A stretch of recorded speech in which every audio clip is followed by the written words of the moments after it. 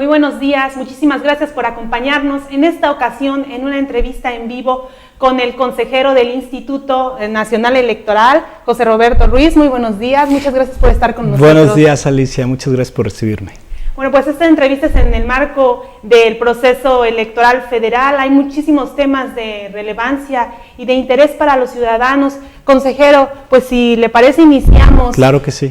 Me gustaría iniciar con el punto de la transformación del IFE ahora al INE. ¿Cuál es el reto? Hubo bastante controversia con todo lo que incluye la reforma político-electoral y una de estas pues, fue la transformación del instituto. Fue criticado porque en algún momento decían que solamente era un cambio de nombre, pero sí hay bastantes cambios de fondo. Consejero, a manera general, el reto para esta elección.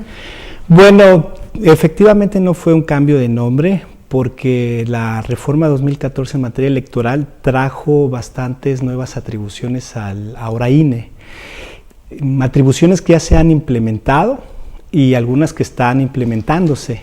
Y afortunadamente las implementadas ya han sido realizadas con éxito. Por ejemplo, una atribución nueva era organizar elecciones internas para elegir a los dirigentes o dirigencias de partidos políticos nacionales, y se hizo. Fue en el caso del PRD, que culminó en septiembre pasado.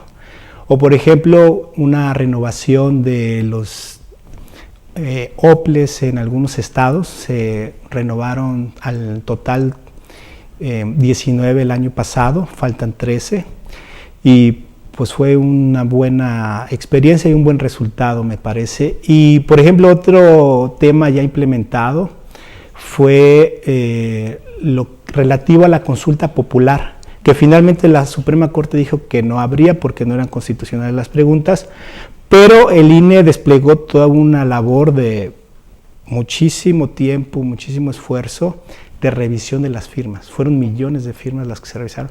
Entonces ahí están las muestras de atribuciones nuevas que no se tenían. Ahora estamos con atribuciones nuevas por inaugurar, como es una fiscalización de todas las campañas en el país, así como precampañas, incluso de procesos electorales locales. Antes lo hacían las autoridades locales, ahora también lo haremos en el INE. Ahorita que habla de ese asunto de los recursos, una de las quejas ciudadanas siempre es el gasto excesivo en elecciones, el gasto de los partidos.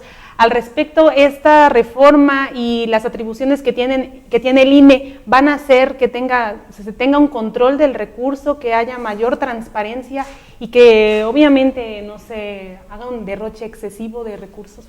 Bueno, evidentemente la reforma conllevó más atribuciones y tener más atribuciones conllevó mayores gastos, pero se hizo un presupuesto, me parece bastante inteligente, para que solo se tuviese que erogar el monto pues, razonable a propósito de la implementación, pero ya después va a poder haber bastantes ahorros en el instituto.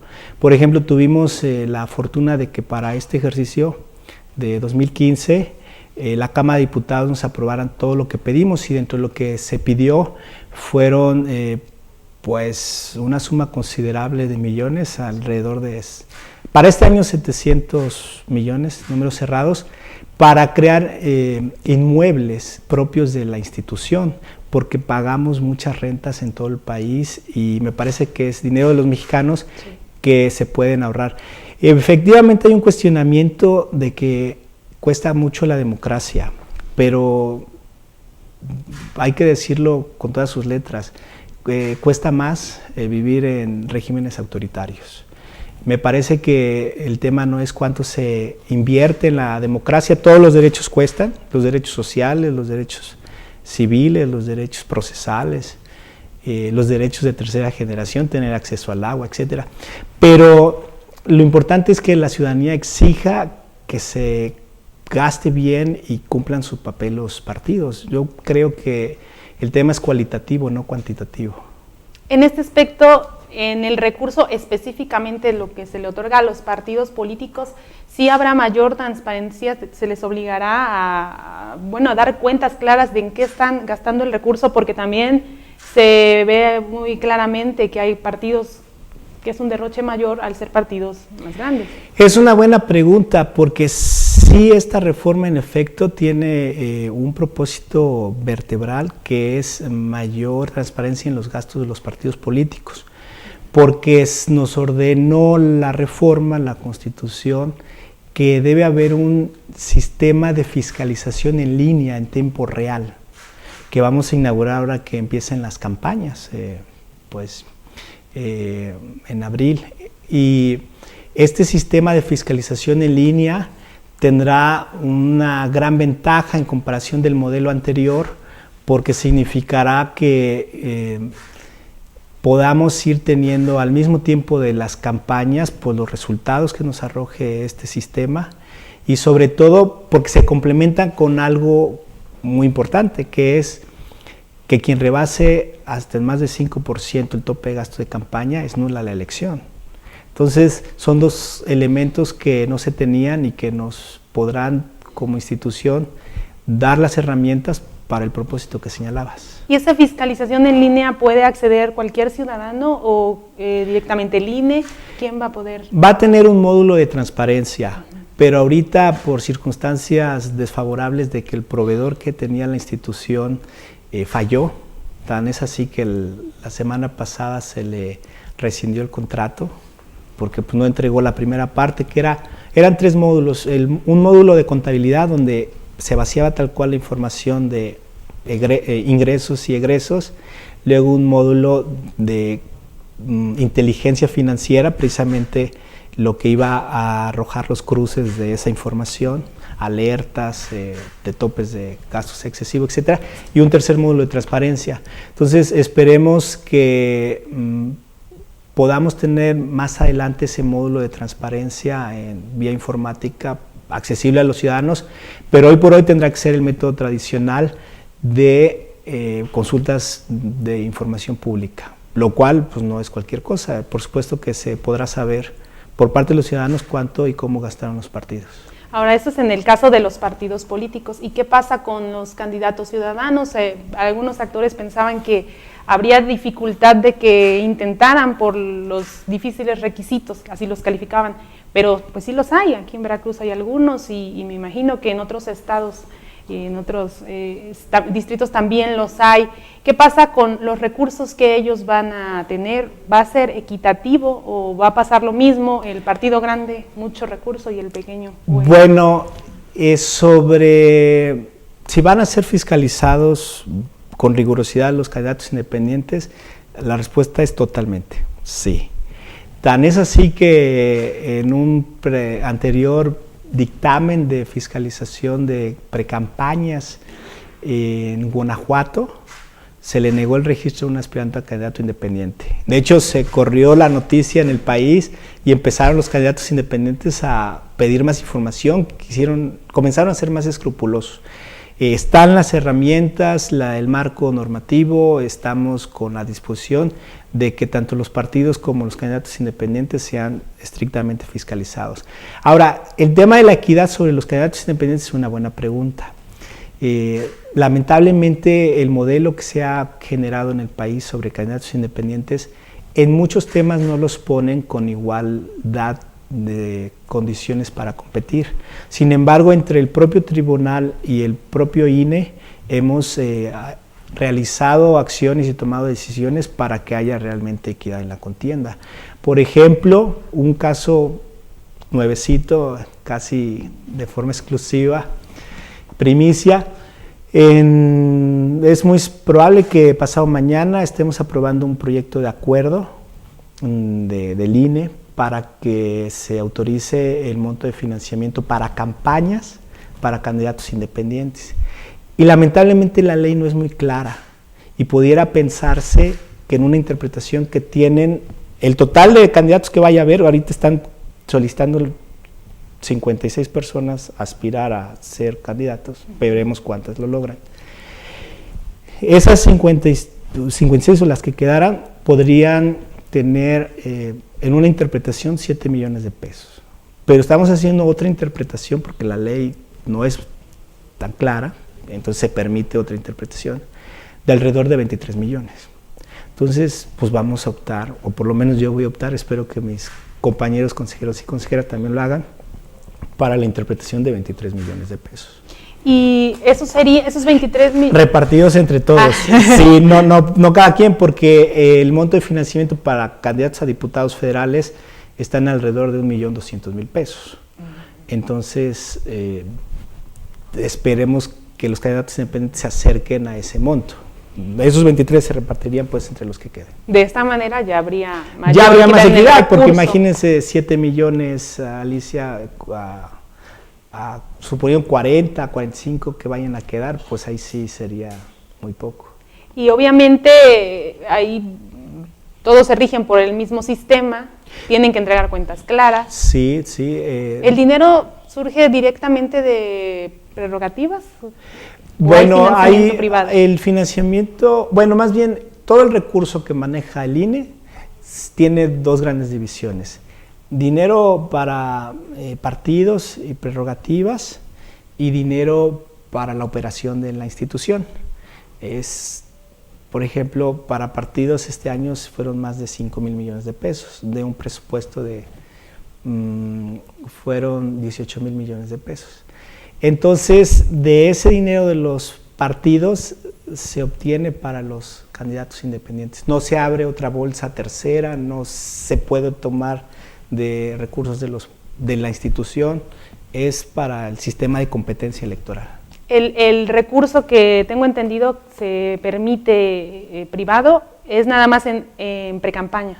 No, bueno, existen las aportaciones durante campaña, pero también los partidos tienen derecho a permanentemente solicitarle a sus militantes que aporten las famosas cuotas de militancia. Entonces es un esquema en realidad permanente que tienen los partidos. Consejero, bueno, ustedes aquí de la capital de Veracruz, quiero preguntarle también su opinión respecto a lo que es ahora todavía el Instituto Electoral Veracruzano, que se va a convertir en OPLE. En este sentido, ¿se va a hacer una renovación? Ya hay muchas críticas en el ámbito político de que se renueve, ya que lleguen los nuevos consejeros. ¿Cómo ve la situación desde el Consejo General? Bueno, le puedo platicar, Alicia, que hemos platicado entre los consejeros de que en alrededor de marzo puede estar emitiéndose la convocatoria para que vaya corriendo pues poco a poco con el proceso electoral. Nuestra prioridad hoy por hoy obviamente es el proceso electoral, sin embargo sí tenemos un plazo fatal, que es renovar esos 13 OPLES, que ahora sí se le llaman, antes de que inicie procesos electorales locales. Entonces queremos pues ir avanzando poco a poco con el proceso de designación, primero con la convocatoria, luego evidentemente habrá un examen, esperemos que sea como la vez pasada con Ceneval, esta institución tan prestigiada, y después un ensayo. Entonces tendrían tiempo evidentemente los aspirantes para poderse preparar. ¿Qué posibilidad hay de que los consejeros actuales participen y puedan volver a ser consejeros en este organismo? Pues si se saca una proporción de cuántos consejeros en la tanda primera de 18 entidades primero y después Zacatecas repitieron, fueron 10 de 126, es decir, menos del 10%. Entonces, en términos de probabilidades, pues de esos 13 estados que faltan, pues no sé si de nuevo alrededor de 10 personas pudieran quedar. Todo depende de los esfuerzos, de sus trayectorias, de su capacidad, de sus entrevistas, porque nosotros directamente los entrevistamos y pues una entrevista es muy definitoria, podemos ver qué piensan, qué dicen, cómo reaccionan ante cuestionamientos. ¿Qué pasaría con el personal? Tengo entendido que hay algunos estados, algunos organismos que tienen un servicio profesional, pero mucho personal estaba en la incertidumbre. En el caso de Veracruz, hace unas semanas, se pelearon, se desgarraron por el presupuesto los actuales consejeros y había el temor de despido de personal. Ellos aseguraron que no. Pero ¿qué pasaría con la renovación? Es una pregunta interesante porque es otro gran tema que la reforma electoral 2014 introdujo, porque se nos obliga en el INE a tener un servicio profesional electoral nacional. Antes solo existía para el IFE, ahora también se va a hacer extensivo a los OPLES, a los organismos de los estados. Lo que se ha realizado es un diagnóstico para saber qué tan evolucionados están esos servicios profesionales de esas instituciones locales. Temo decir que sobre el papel existían alrededor de 5 o 6 servicios profesionales, pero en la realidad solo 2 destacan, que vienen siendo el Distrito Federal y el Estado de México. Entonces, ¿qué es lo que va a pasar con el personal pues, directivo de los organismos, entre ellos, por ejemplo, el de Veracruz? Pues que van a tener que concursar, participar para ingresar a ese servicio profesional. Los ejercicios de ingreso o de concurso que ha tenido el IFE son muy reconocidos, muy serios. Entonces, si se preparan y han tenido años trabajando en la materia, creo que tendrán posibilidades de hacer un muy buen examen, pero dependerá de ellos. Entonces, no hay pase automático. ¿No hay nada asegurado para nadie? No, porque precisamente el objetivo de la reforma es profesionalizar y un elemento necesario para profesionalizar es que haya examen. Entonces, si hiciéramos una pase automático, pues estaríamos desvirtuando lo que son los servicios profesionales por definición. Así es. Entonces, en este caso, abierto al público, a personas que tengan la preparación, el interés de participar. Ese tema todavía no se sabe porque se pondrá en las bases de la convocatoria, si sea público o sea primero cerrado a las personas que ya han estado trabajando en los organismos electorales locales. Eso apenas lo tendremos que decir en los próximos meses los consejeros. Y en el caso del recurso, que por ejemplo ellos aprobaron un presupuesto, un primer presupuesto para un plan de trabajo, ¿habría modificaciones o qué pasará también con la transformación? Bueno, los presupuestos de los institutos electorales locales sigue siendo atribución de las entidades federativas. Es decir, los congresos los aprueban y corresponde estrictamente a los OPLES pues administrarlos. El INE tiene otro tipo de incidencias sobre estos organismos, como designar o remover en su caso a los consejeros o coorganizar las elecciones. Consejero, aquí tengo una pregunta vía Facebook y habla precisamente de lo que comentábamos en el caso de la credibilidad al instituto. Dice, pregunta Roberto Juárez, extrabajadores del IFE me han comentado que en elecciones el PRI le paga una fuerte cantidad de dinero a los dirigentes del instituto para cometer irregularidades a favor de dicho partido, al seguir los mismos trabajadores, pero ahora con el nombre de INE, ¿qué medidas se desarrollarán para transparentar el proceso para que este asunto no se repita? Bueno, tenemos una Contraloría en el INE muy enérgica y yo lo que le pido a los ciudadanos quienes tengan conocimiento de este tipo de conductas o probablemente de responsabilidad, pues que las puedan hacer llegar a la instancia correspondiente, porque si algo ocupamos en el país, no solo en una institución en particular, sino en todo el país, es que permee verdaderamente el Estado de Derecho y solo se puede hacer si los ciudadanos que tienen conocimiento de ello, pues denuncian. Claro. Otra pregunta vía Facebook. ¿Por qué el INE no contrata a una empresa de publicidad que haga anuncios informativos de verdad, ya que los que hacen parece que quieren dar información a personas con capacidades diferentes, porque insultan la inteligencia del lector? Bueno, supongo que se refiere a los propios spots que tiene el INE, porque también están por otra parte los spots de los partidos en sus tiempos que se les otorgan. Supongo que se refiere a los del propio INE. Soy autocrítico al respecto, creo que hay siempre áreas de oportunidad y ahora que veamos, por cierto, entre paréntesis, los materiales que nos enviaron jóvenes en un concurso nacional de video para precisamente crear conciencia ciudadana, podrán ser un referente de qué está pensando la sociedad y qué tanto talento puede formularse en los videos, en los medios audiovisuales. Yo espero que estos videos que nos están llegando de ese concurso nacional de videos puedan después darnos hasta ideas para los que realiza el instituto, ciertamente. Okay. Ahorita, en una de estas preguntas, bueno, se toca un punto y usted habló de la necesidad que existe que como ciudadanos no solo critiquemos, sino que nos informemos. Veo también el portal del INE muy completo de educación cívica y todo el asunto menor desde que es una ley, Estado, etcétera. Consejero, ¿qué nos falta a nosotros los ciudadanos para no quedarnos simplemente en la crítica y realmente avanzar para pues que también el proceso tenga éxito? Bueno, es un proceso largo de maduración en las sociedades, el tener ciudadanos críticos, participativos, que permanentemente estén vigilando a sus gobernantes. Lo que necesitamos es, en principio, reflexionar qué hemos dejado de hacer, afinar políticas públicas y programas entre diversas instituciones para potenciar aún más la creación de ciudadanía, porque sí es, me parece, uno de los temas más preocupantes del país. Tenemos varios, tenemos hoy por hoy una crisis de seguridad, una crisis pues social, de valores.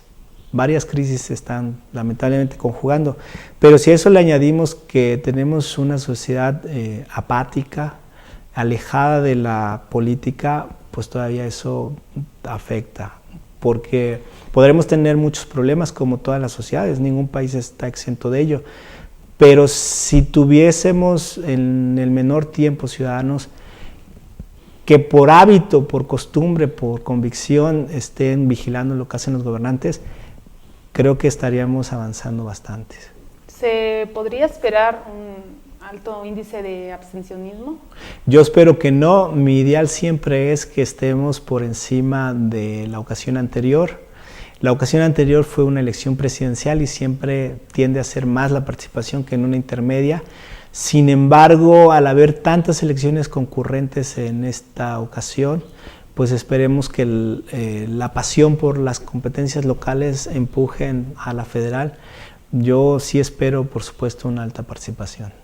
¿Qué está haciendo el INE en el caso para invitar al voto a este sector de los jóvenes?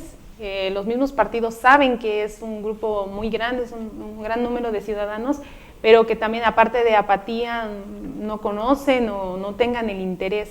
¿Cuáles son los trabajos para atraer a ese sector? Bueno, vamos a tener un promocional dedicado a ellos y por supuesto hacemos una labor muy constante de acercamiento a las universidades en todo el país y también pues tenemos desplegado el trabajo de los vocales de capacitación y educación cívica en todo el país, pues trabajando con esos sectores de la población, porque ciertamente está muy medido que los jóvenes sacan su credencial para votar, van 2 o 3 veces a las urnas y después un muy grande porcentaje se retira, ya no vuelve a ir a votar sino hasta que es adulto.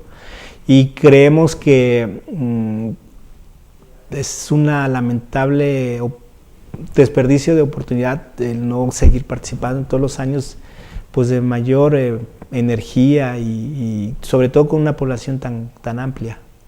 En el caso de la participación, también influyen otros factores, por ejemplo, la inseguridad.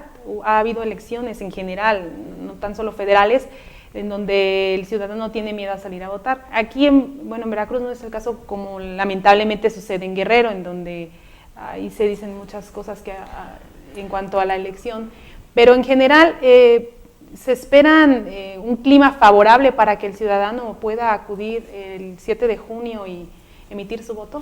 Bueno, hay que decirlo con todas sus letras.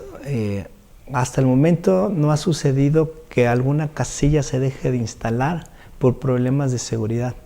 Se han dejado de instalar 2 en el pasado proceso electoral, pero fueron por otras causas totalmente distintas. Entonces, ciertamente el temor de algunos sectores de la población de percibir inseguridad, pues existe, pero es como genérico, no es que sea solo enfocado al día de la jornada electoral, porque no tenemos datos que nos muestren que la gente no va a votar por miedo a la seguridad. Y por supuesto que sí esperamos que el proceso electoral transcurra con la normalidad.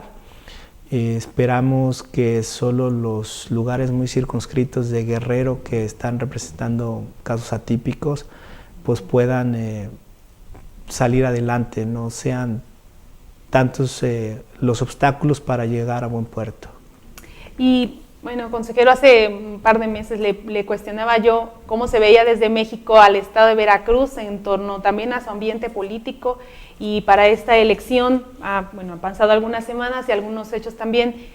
¿Cómo lo ven ahora? ¿Cómo se ve la participación del pueblo veracruzano? ¿Se espera que acudan, que haya también este fervor que siempre hay bueno, los partidos se pelean, pero ¿cómo lo ven ustedes? Bueno, desde México, lo vuelvo a repetir, ciertamente se ve con interés Veracruz, porque todos sabemos que es un estado con una lista nominal muy amplia. Entonces electoralmente los partidos pues lo ven como de prioridad. Y también porque ha habido elecciones pasadas que han sido competidas, y aparte pues porque hay una muy alta vocación de los veracruzanos a hacer política. Entonces estamos muy atentos a que en cuanto acabe este proceso y que comencemos a trabajar con los estados que tendrán elección en 2016, podamos hacer buenos convenios de coordinación, porque ahora algunas tareas que tenían los institutos electorales locales pues son de nosotros, por ejemplo la capacitación, la ubicación de casillas y también pues la designación de los funcionarios de las mismas. Entonces, por supuesto que vamos a estar muy atentos, queremos que se mejore la calidad de los procesos electorales en todas las entidades del país. Esa es una de las pretensiones de la reforma 2014, yo así leo esa reforma, como elevar la calidad de esos procesos electorales locales, y pues Veracruz no debe ser la excepción. En el caso de, también uno de los puntos de la reforma se habló, bueno, se quedó expreso en la ley el tema de paridad, equidad, mujeres, igualdad en las candidaturas. Se espera también una gran participación, pero también impugnaciones, porque una de las críticas siempre fue que a las mujeres no se les colocaba en los distritos donde hay posibilidades de ganar. La ley las ampara y podremos esperar muchas curules llenas por mujeres. Pues sí, porque está el mandato constitucional de 50-50, es decir, por primera vez se habla ya de paridad, ni siquiera de cierta proporción. Y yo creo que va a depender mucho de las mujeres en los partidos, hacer ver a las autoridades que pudiese haber alguna distorsión si las estuviesen postulando para distritos tradicionalmente perdedores, que de todos modos eso sería un debate y un análisis muy serio y muy fuerte, porque eso de distritos electorales perdedores pues tendría que ser un poco relativo, es decir, tendría que verse con mucho detenimiento. Me parece que hoy por hoy hay competencia electoral en todos lados y que sorpresas puede haber en todos lados. Consejero, quisiera retomar un punto, cuando hablamos del caso del OPLE en IEP, en Veracruz, sí. También quiero preguntarle, en el caso de los tribunales electorales, ¿la convocatoria también los va a englobar? ¿Sería por marzo o qué pasaría con En el ellos? caso de los tribunales electorales locales, la convocatoria la emite el Senado porque es un procedimiento que se da en el Senado, no es competencia del INE. Y lo que yo he escuchado es de que ya también está próxima esa convocatoria. Nosotros, decía, pretendemos emitirla en marzo, y yo no dudo que pues por esas fechas también el Senado estuviese ya con la convocatoria correspondiente para tribunales. Consejero, ¿algún comentario final para nuestro auditorio? Pues agradecerte en primera instancia, Alicia, y al Calor Político, y por supuesto invitar a los ciudadanos a que participen votando, pero no solo votando, porque eso solo es una parte de construir la democracia, sino que participen todos los días, por lo menos que hagan política media hora al día y el país va a mejorar bastante. Es la propuesta e invitación que yo les hago. Muchísimas gracias. De nada, Alicia. Agradezco mucho al consejero del Instituto Nacional Electoral, José Roberto Ruiz Saldaña. Muchísimas gracias por esta amplia entrevista sobre los temas electorales que nos interesan a todos como ciudadanos. Muchísimas gracias a quienes nos acompañaron en esta entrevista en vivo. Agradezco mucho también al equipo de alcalorpolitico.tv, a María Viveros, y los invito como siempre a que en los días posteriores nos acompañen en las entrevistas con los dirigentes de partidos que continuamos aquí en el estado de Veracruz en este proceso electoral. Muchísimas gracias, consejero. Gracias. Muchas gracias, buenos días, hasta pronto.